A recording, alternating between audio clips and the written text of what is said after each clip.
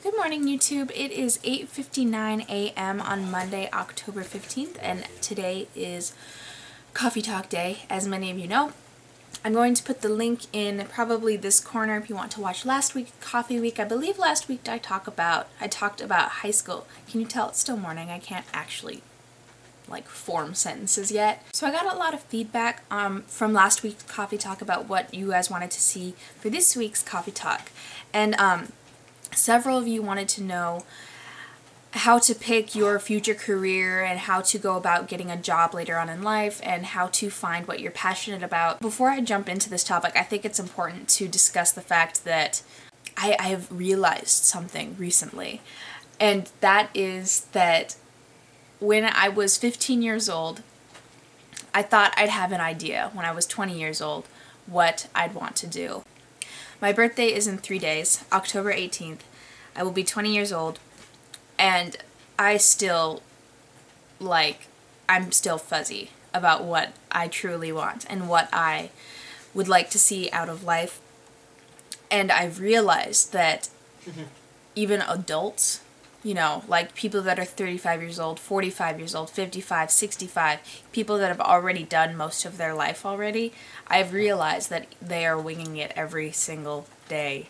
Your parents may look like they have a plan, but I swear to God, they're just winging it. I'm serious. So before I jump into this coffee talk, I just want to get that out of the way because I know that this is one of those topics that's really difficult to discuss. Everyone is different. And everyone has different ideas, and everyone has different plans, and everyone has a different idea for what they want their life to be like. So it's important to get that, out in the open before I actually talk about what you want to do to achieve your dreams. I think the most important part about choosing your future career is choosing a career that kind of falls in between your wants and desires and literally how much you make, your living. Obviously, if you're stuck in a job that makes this much money but has you are so unhappy there, it's not going to be the greatest place to work just because this difference is so big. But likewise, if you're doing something you absolutely adore but it doesn't pay the bills, it's going to be really, really tough to make that happen as well. Find something that has a pretty relatively close balance. The important thing that you need to find in your life is a certain hobby or a certain skill that you have. Refine it and figure out how you can relate that to your work life. So for me, I have a lot of ideas in my head, inventions that I want to come up with, or not really inventions, but certain business ideas. And I'm learning the skills gradually, how to actually implement and create those ideas and how to grow those ideas into an actual business that will be able to support myself. If I create my own idea and invent my business, then I can pretty much guarantee my interest level will be either through the roof or, at least in the upper levels of interest. I cannot guarantee that I will make enough money to support myself. But the interesting thing about what I want to be doing is that I won't know until it's actually created, until it's actually a business, and until I actually buy the license, until I actually get a sale, I won't actually know if it's worth it to either keep going or to throw it all away and create something else. So it's kind of a gamble, but that's kind of what life is, don't you think? Another good way to try to figure out what you actually want to do with your life is to actually go to job fairs. We have them at colleges all the time. And definitely go to job fairs and talk to the booths and get an idea for what job would be offered to you if you were to dive in and accept a job with that business or that company. And once you have an idea for what job you want, do research on that job. So for example, one of the important things that I want to do in my life, something that I really want out of my business or my life, is to travel. Traveling is probably one of the most incredible things that I can do, and I love being able to fly around the world and to experience different cultures and see different things. That's something that is incredibly special to me and incredibly important to me. So in a job, I want a job that will allow me to take off 2 to 3 weeks at a time. Not frequently, but like, at a time, so I can go and explore the world. And one of the final things that I want to talk about is to look into colleges, but realize that your job might not require you to go to college. I got a question on the last coffee talk about asking about cosmetology school, and that's another instance where if you'll actually do a little bit of research, I think you'll find that going to cosmetology school isn't necessarily the best option. You can go to cosmetology school and learn all you want, but I think just about everything that you learn in cosmetology school you can learn via experience and watching tutorials on YouTube and reading about different products and do your own research. The one thing that cosmetology school might offer that you won't find much of anywhere else is the opportunity to get your name out there. However, there are several different websites where you can offer your skills for free, to get your name out there and do makeup for several different photo shoots, etc. Working with models and actually doing makeup for certain prints and for certain ad campaigns and that kind of stuff. If you get your name out there and offer your services for free for a little bit, eventually your name will, start going around in the circle of, makeup artists or whatever.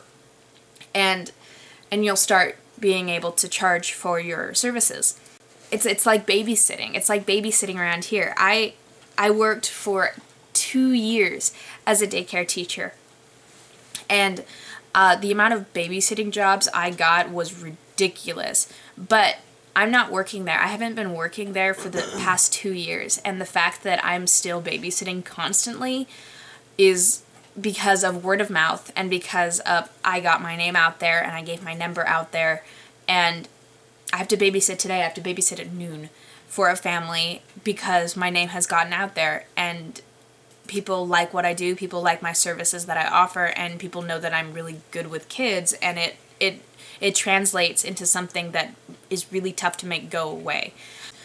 And if it is a requirement for what you want to do, if you do need a bachelor's, realize that you don't have to dish out a fortune to go to college. I did community college for 2 years straight. I got my associate's degree for free.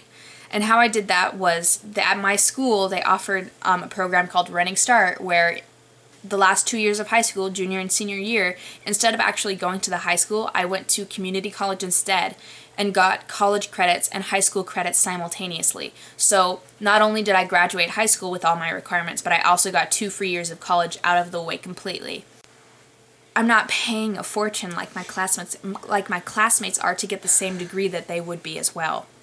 And so I got 2 free years out of the way for college, and the university I'm doing through right now is, I think it's between $2,600 and $2,900 per semester. So that equates to about $5,000 a year, but I'm only paying semester by semester, so I know that I can afford it. It's a good resource, and it's a good way of doing things. At least I think so. I think it's pretty hard to go wrong with what I'm doing. Look into college, but realize it's not a requirement, it's just an option.